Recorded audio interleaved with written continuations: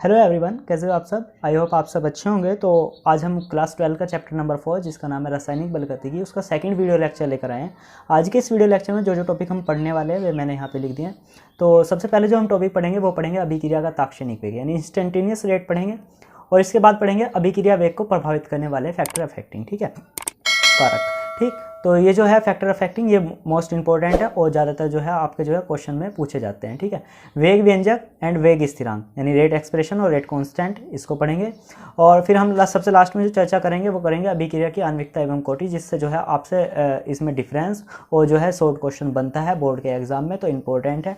और सबसे लास्ट में करेंगे हम अभिक्रिया की आणविकता एवं कोटि पर जो इन टेक्स्ट क्वेश्चन एंड एग्जाम्पल्स हैं उनको करेंगे। चलिए, तो मैं सौरभ शर्मा और आज के वीडियो लेक्चर स्टार्ट करते हैं। चलिए, तो अभिक्रिया का ताक्षणिक वेग क्या होता है। देखो, किसी निश्चित क्षण पर किसी अभिकारक या उत्पाद की सांद्रता में होने वाले परिवर्तन को उस अभिक्रिया का ताक्षणिक वेग कहते हैं। मतलब ये कि अभी तक हम क्या करते हुए आ रहे थे, हम औसत वेग निकाल रहे थे, वेग निकाल रहे थे। मतलब हमारे पास जो है एक टाइम पीरियड होता था और उस टाइम पीरियड में जो है हम अभिक्रिया का वेग निकालते थे, तो उसको कहते थे हम औसत वेग।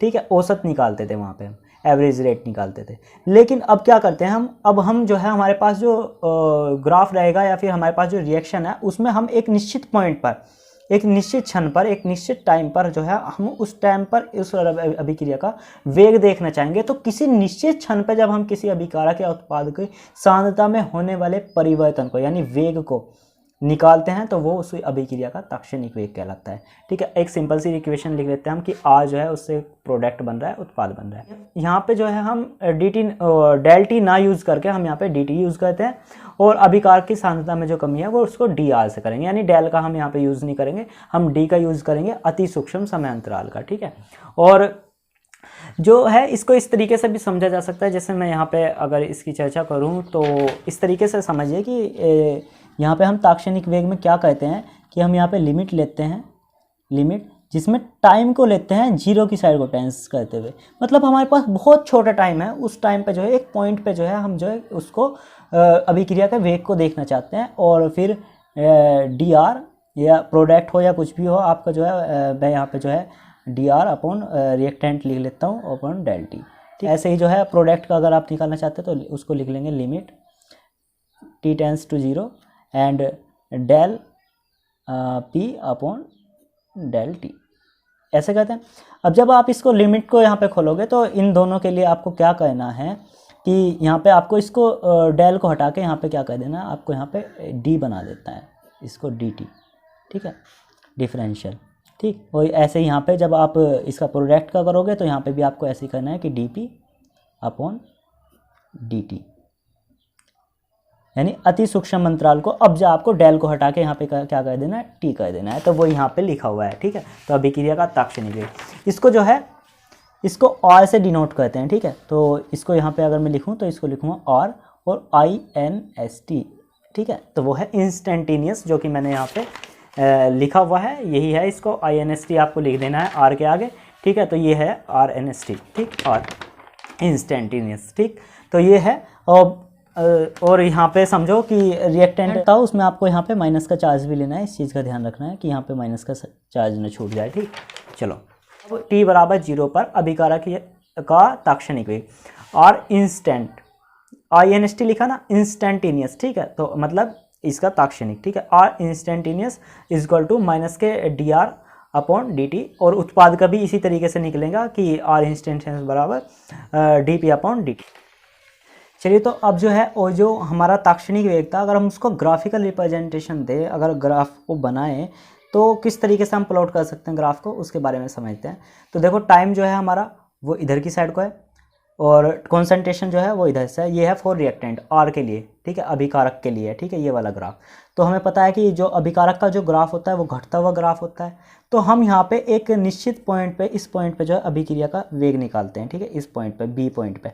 तो जो अब निकालेंगे तो वो क्या होगा, पॉइंट इस पॉइंट पे वेग, तो वो होगा आर इंस्टेंट बराबर माइनस का साइन क्योंकि रिएक्टेंट के लिए ओ ए अपॉन ओ सी। ठीक है, और इसी तरीके से अगर हम प्रोडक्ट के लिए निकालेंगे तो वो हो जाएगा, तो कॉन्सेंट्रेशन आपको पता है कि कैसा ग्राफ आता है, बढ़ता हुआ ग्राफ आता है। तो बढ़ता हुआ ग्राफ आता है तो हम क्या करेंगे, इसको फिर इस तरीके से बनाएंगे, यहाँ पे ओ ए बी सी। ठीक है, तो इस पॉइंट पे हम यहाँ पे जो है निकालेंगे, तो वो हो जाएगा आर इंस्टेंट बराबर OA/OC। तो इस तरीके से हमारा जो ये है वेग वो निकल जाएगा। अब इसके बाद हमारा जो ये टॉपिक था अभिक्रिया का ताक्षणिक वेग वो कंप्लीट हो गया। अब इसके बाद है अभिक्रिया के वेग को प्रभावित करने वाले कारक, यानी factor affecting of rate of reaction. ठीक है, तो ये इंपॉर्टेंट है और बोर्ड एग्जाम में जो है ज़्यादातर पूछा जाता है, तो हमको इसके बारे में पता ज़रूर होना चाहिए। तो इसके जो 4-5 पॉइंट है उनके बारे में हम पढ़ लेते हैं। तो जैसे सांद्रता का प्रभाव, तो अभिकारक की सांद्रता का जो है बहुत ज़्यादा प्रभाव पड़ता है अभिक्रिया के वेग पर। तो अगर आप अभिक्रिया के वेग को बढ़ाना चाहते हैं तो आपको सांद्रता में अगर वृद्धि करोगे तो अभिक्रिया का वेग बढ़ जाएगा। इसलिए हम क्यों कह रहे हैं ऐसा, तो इसके बारे में पढ़ते हैं कि देखो सांद्रता बढ़ाने पर अभिकारक के अणुओं के मध्य टक्करों की संख्या बढ़ जाती है, इस कारण सांद्रता बढ़ाने पर अभिक्रिया का वेग बढ़ जाता है। ठीक है, तो जो उनके बीच टक्कर है अभिकारकों के बीच में, उसमें क्या होगा, उसकी संख्या बढ़ जाएगी टक्करों की, क्योंकि टक्कर सिद्धांत अभी आपका आगे आएगा, जब वहाँ पे पढ़ लोगे तो आपको ये समझ में आ जाएगा। ठीक है, तो अभिक्रिया के वेग को सांद्रता के पदों में ज्ञात करना जो है वेग नियम कहलाता है। कभी कभी क्वेश्चन ये भी पूछ लेते हैं कि वेग नियम क्या होता है, तो अभिक्रिया के वेग को सांद्रता के पदों में ज्ञात करना ही वेग नियम कहलाता है। ठीक है, अब इसको समझो कि ये कॉन्सेंट्रेशन का क्या मैटर था। ठीक, तो कॉन्सेंट्रेशन को इस तरीके से समझो। देखो मान लिया हमारे पास जो है 2 अभिकारक हैं और उनकी जो है आपस में रिएक्शन के से एक प्रोडक्ट बनता है। ठीक, तो अगर हम उसकी कॉन्सेंट्रेशन ज़्यादा होगी, जैसे हमने मान लिया कि यहाँ पे जो है कॉन्सेंट्रेशन जो है ज़्यादा है, तो जब हम ये मान लिया हमने हमारे 2 अभिकारक है, एक ये है और एक जो डार्क हुआ है और एक जो है बिना डार्क हुआ है, तो इन दोनों के बारे में देखते हैं। ठीक, तो ये है कि हमारा इसमें जो कॉन्सेंट्रेशन है वो बहुत ज़्यादा है और कॉन्सेंट्रेशन ज़्यादा होने की वजह से इनके बीच जो टक्कर होगी, अनुभागते रहेंगे ना। आपको पता है टक्कर सिद्धांत, अगर आपने पढ़ा होगा कभी, अगर नहीं पढ़ा है तो कोई बात नहीं, अभी इसी चैप्टर में आप आगे पढ़ने वाले हो। ठीक, तो इनके बीच में टक्कर ज़्यादा होगी और टक्कर ज़्यादा होगी तो प्रोडक्ट ज़्यादा बनेगा। इसी तरीके से अगर कॉन्सेंट्रेशन लो होगी तो ये जो है घूमते फिर हो जाएंगे, इनके बीच टक्कर कम होगी और टक्कर कम होगी तो उससे क्या होगा, प्रोडक्ट कम बनेगा। तो ये लो कॉन्सेंट्रेशन का था। आई होप मेरे हिसाब से जो है आपको थोड़ा बहुत समझ में आया होगा। अगर नहीं आया तो आगे जो है टक्कर सिद्धांत जो है ये तो आएगा ही, कोलिजन थ्योरी, तो वहाँ पे जो है आप पढ़ लेना। फिर इसके बाद समझो ये है सेकंड, पृष्ठ क्षेत्रफल का प्रभाव। तो देखो अभिकारक और उत्प्रेरकों का जो पृष्ठ क्षेत्रफल है, अगर उसको आप बढ़ाओगे तो अभिक्रिया का वेग बढ़ जाएगा डेफिनेटली।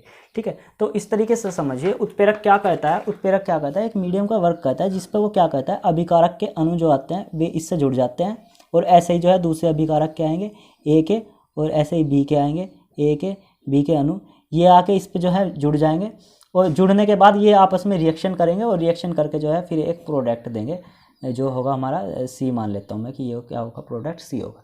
तो जो क्या कर रहा है, एक मीडियम का वर्क कर रहा है। अगर आप ये पृष्ठ क्षेत्रफल और बढ़ा दो तो क्या होगा, और ज़्यादा अणु आएंगे, वो ज़्यादा इस पर पृष्ठ पर क्रिया रिएक्शन होगी तो उससे जो है अभिक्रिया का वेग बढ़ेगा। यानी पृष्ठ क्षेत्रफल अगर आप ये बढ़ाओगे, ये वाला एरिया बढ़ाओगे, तो उससे क्या होगा, अभिक्रिया का वेग बढ़ जाएगा। तो मेरे ख्याल से ये वाला टॉपिक भी आपको क्लियर हो गया होगा। इसके बाद है ताप का प्रभाव। तो ताप का प्रभाव क्या होता है, इसके बारे में पढ़ते हैं। तो सामान्यतः ताप बढ़ाने पर अभिक्रिया का वेग बढ़ जाता है, परंतु यह देखा गया है कि ताप को 25 डिग्री सेल्सियस 25 डिग्री सेल्सियस से 10 डिग्री सेल्सियस अगर आप बढ़ा दो तो अभिक्रिया का जो वेग है वो 2 गुना या फिर 3 गुना हो जाता है। तो मैंने यहाँ पे एक सीधा सा एक इक्वेशन से यहाँ पे लिख दी है, उसको समझो कि ताप गुणांक बराबर K35 upon K25 equal to approximate equal to 3%, यानी 2 से 3 गुना जो है ये हो जाएगा। ठीक है, परसेंट नहीं गुना, ठीक है, मल्टीपल। ठीक, तो 2 से 3 गुना हो जाएगा।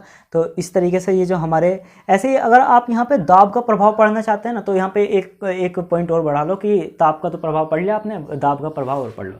तो इस तरीके से समझो, अगर आप प्रेशर बढ़ाओगे, दाब बढ़ाओगे रिएक्ट अभिक्रिया का, तो अभिक्रिया का जो वेग है वो बढ़ जाएगा। वो इस उससे समझो, मैंने मान लो मैं यहाँ पे पिस्टन लगा देता हूँ, तो पिस्टन अगर मैंने लगा दिया और पी जो है दाब लगा दिया मैंने यहाँ से, तो क्या होगा कि ये अणुओं को क्या करेगा, एक जगह को इकट्ठा सा करेगा, अणु पास पास आएंगे तो इनके बीच में टक्कर ज़्यादा होगी। तो इस कारण क्या होगा कि ये अभिक्रिया का वेग बढ़ जाएगा। ठीक है, अब यहाँ पे इसी तरीके से यहाँ पे समझो लो कॉन्सेंट्रेशन है तो अभी दूर है, अगर मैं यहाँ पे प्रेशर बढ़ा दूँ तो अणु जो है पास पास आएंगे और उनके बीच टक्कर होगी, तो फिर क्या होगा, ये अभिक्रिया का वेग बढ़ जाएगा। यानी आप अगर दाब बढ़ाओगे तो अभिक्रिया का वेग बढ़ता है। इस पॉइंट को भी यहीं पे ही समझ लिया आपने। ठीक है, अब इसके बाद जो हमारा थर्ड जो टॉपिक था वो था अभिक्रिया सॉरी वेग व्यंजक एवं वेग स्थिरांक यानी rate expression and rate constant, इसको पढ़ते हैं। ठीक है, तो देखो यहाँ पे पढ़ो कि जैसे जैसे सांद्रता घटती है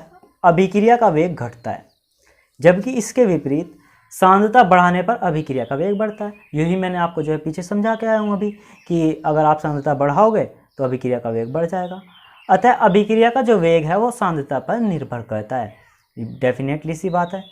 एक सामान्य अभिक्रिया, हमने एक सामान्य अभिक्रिया ली, वो है कि small A plus small B equal to C and D. ठीक है, जहाँ पे ए और बी जो है वे अभिकार को एवं सी एवं डी जो है उत्पादों के स्टाइक्योमेट्रिक गुणांक है, यानी रस समीकरण मितीय जो गुणांक है वे है यहाँ पे।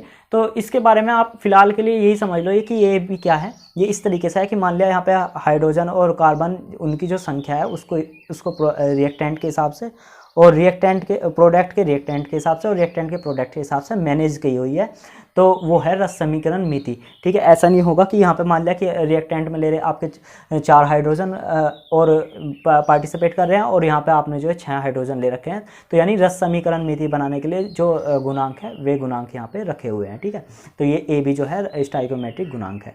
तो इसका अगर मैं वेग निकालूँ तो जो नॉर्मल औसत वेग है या नॉर्मल वेग है वो आपका उसका फॉर्मूला होता है माइनस के del R upon del T. ठीक है, इसको इक्वेशन नंबर 1 लिख दिया मैंने। तो अभिक्रिया का जो वेग है वो किन किन पॉइंट पे जो है निर्भर करेगा, किन किन कारकों पे निर्भर करेगा, तो अभिकारकों पे निर्भर करता है। तो अभिकारक एक तो है यहाँ पे ए, तो मैंने यहाँ पे लिख दिया ए, यानी इसको डायरेक्टली प्रोपोर्शनल ए की पावर एक्स। अब एक्स क्या है यहाँ पे, तो एक्स जो है वो कॉन्सेंट्रेशन है इसकी। ठीक है, एक्स क्या है, कॉन्सेंट्रेशन और उसकी पावर लिखी हुई है। ठीक है, और यहाँ पे जो यो है सेकंड में जो है हमारे रिएक्टेंट है बी, तो बी की पावर वाई, यानी जो वेग है वो डायरेक्टली प्रोपोर्शनल हो रहा है ए की पावर एक्स इंटू बी की पावर वाई। अगर मैं इन दोनों को इक्वेशन को, यानी दोनों इक्वेशन से वेग ही निकाला हमने, अगर मैं इन दोनों को क्या करूँ बराबर रख दूँ, मतलब 1 व 2 से, तो क्या हो गया कि del R upon del T बराबर हो गया डायरेक्टली प्रोपोर्शनल टू ए की पावर एक्स और बी की पावर वाई। ठीक, अगर मैं इसका डायरेक्टली प्रोपोर्शनल के साइन को हटाऊं तो यहाँ पे एक कांस्टेंट आएगा और उस कांस्टेंट जो है वो कांस्टेंट कहलाता है आपका रेट कांस्टेंट। अब ये क्या है, जहाँ पे एक्स वाई के मान स्टाइक्योमेट्रिक गुणांक के बराबर हो भी सकते हैं और नहीं भी है। मतलब ये है कि जो एक्स वाई है वो इसके बराबर हो भी सकता है और नहीं भी, तो इसके बारे में आपको जो है बाद में चर्चा कराऊंगा मैं। इस पर एक पूरा टॉपिक जो है इसके बारे में समझाऊंगा कि स्टाइक्योमेट्रिक गुणांक की बात क्या कर रहे हैं, और जब आप अभिक्रिया की आणविकता और कोटि को पढ़ेंगे तो आप इसके बारे में एक्स और वाई के बारे में डिटेल से समझ पाओगे। ठीक है, अभी आपको जो है दोनों ए बी छोटा स्मॉल बी ए और स्मॉल बी के जो है और एक्स वाई सेम सा लग रहा होगा, पर ऐसा नहीं है। ठीक है, देखो यदि ए 1 मोल ले ले हम 1 मोलर और बी जो है वो भी 1 मोलर हो, यानी यहाँ पे हमने ए भी 1 मोलर ले लिया और 1 की पावर कितनी भी हो तो वो 1 ही रहती है, और यहाँ पे भी कितनी ले लो, तो जो वेग है वो बराबर डायरेक्टली प्रोपोर्शनल हो जाएगा किसके, वेग स्थिरांक के। या अतः हमारी जो थ्योरी बनेगी अब वो थ्योरी क्या हो जाएगी यदि किसी अभिक्रिया के वेग समीकरण में उपस्थित अभिकारकों की सांद्रता, ये क्या है सांद्रता ही है ना, बड़े ब्रैकेट में जो लिखते हैं हम वो सांद्रता ही लिखते हैं।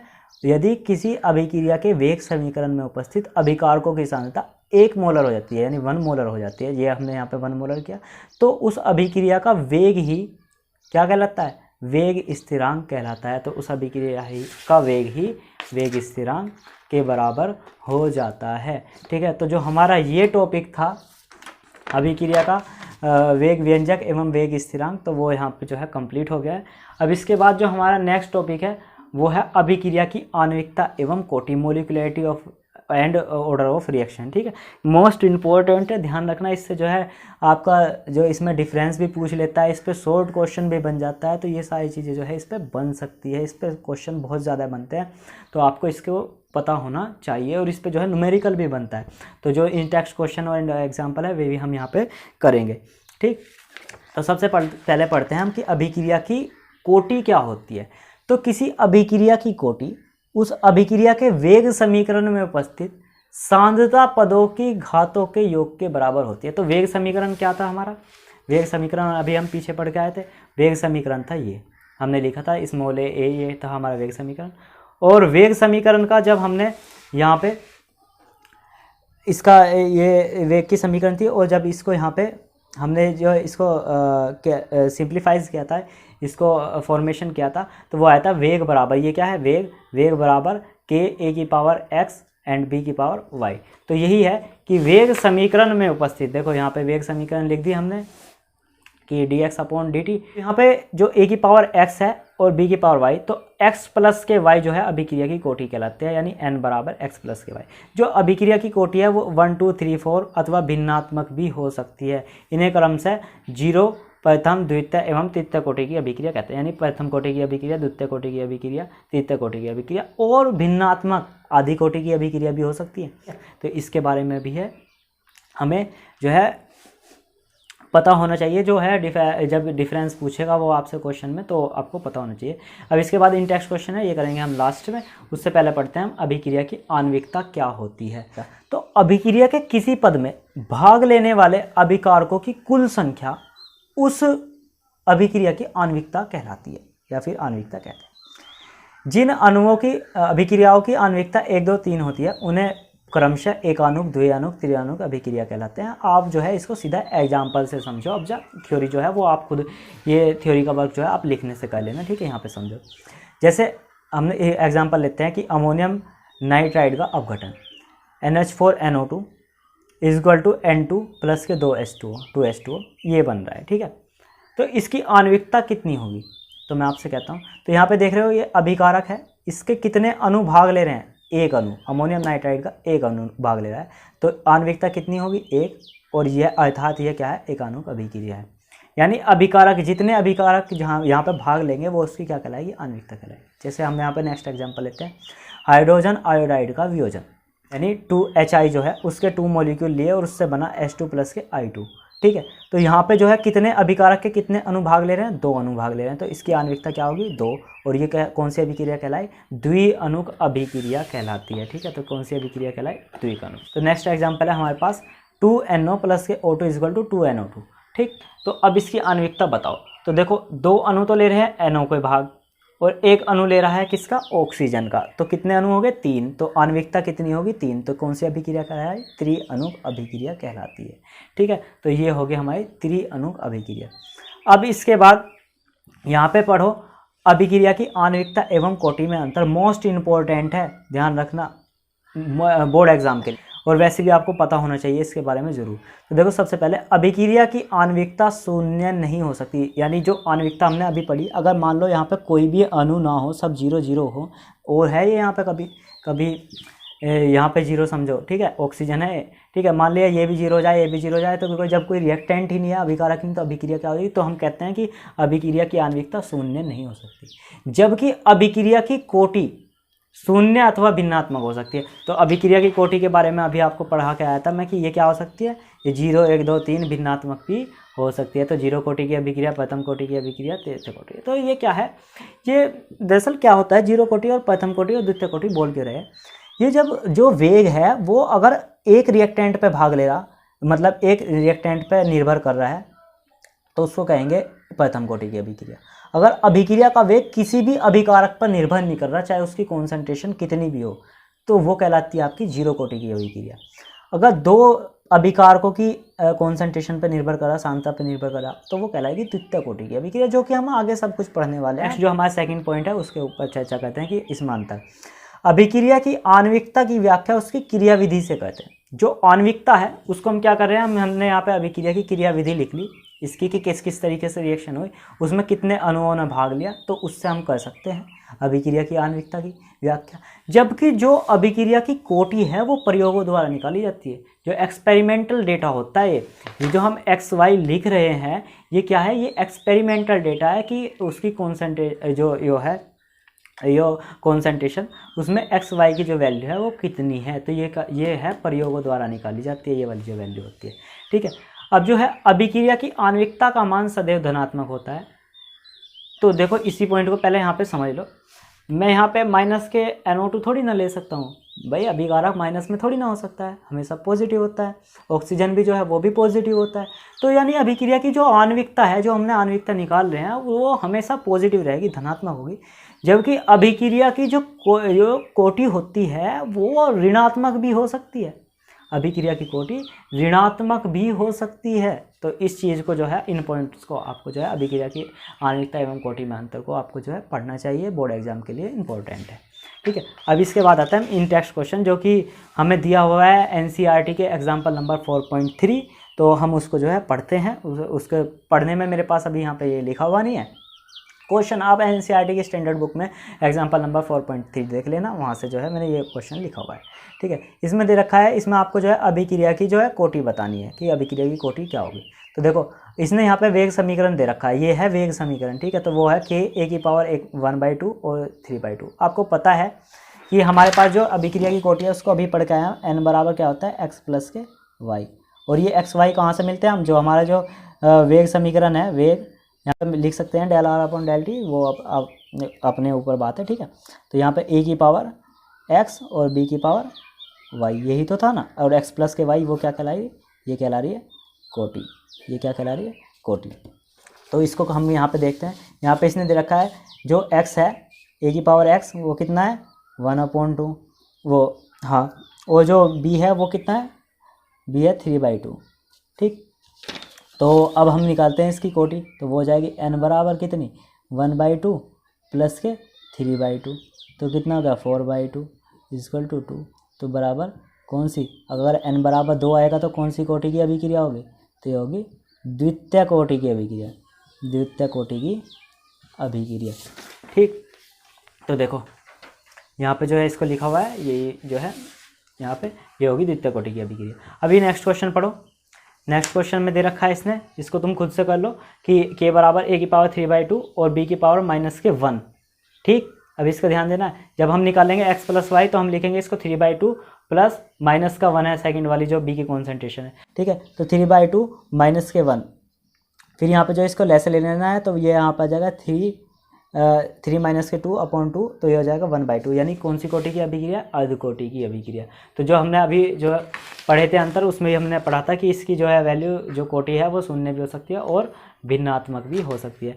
तो जो हमारे आज के टॉपिक थे कि अभिक्रिया का ताक्षणिक वेग वगैरह और अभिक्रिया की आणविकता कोटि, ये सब क्या हो गए, कंप्लीट हो गए। अगर आपको इसमें कुछ प्रॉब्लम आ रही है तो आप कमेंट बॉक्स में बताइएगा, और टेलीग्राम ग्रुप को ज्वाइन कर लो, जिसका लिंक जो है मैंने डिस्क्रिप्शन में दे रखा है, और चैनल को सब्सक्राइब कर लो। नोट्स जो है आप जो है इसके जो मैंने अपने लिख रखे हैं उसको जो है आप जो है अपने हैंड राइटिंग में जो है अपने नोट्स बनाइए और उसको लिखिए। अगर कोई भी प्रॉब्लम आती है तो आप कमेंट सेक्शन में जो है में आप बताइए, और डिस्क्रिप्शन में जो लिंक है उस पर क्लिक करके आप टेलीग्राम ग्रुप को ज्वाइन कर लो। ठीक है, ओके, थैंक्स, गुड बाय।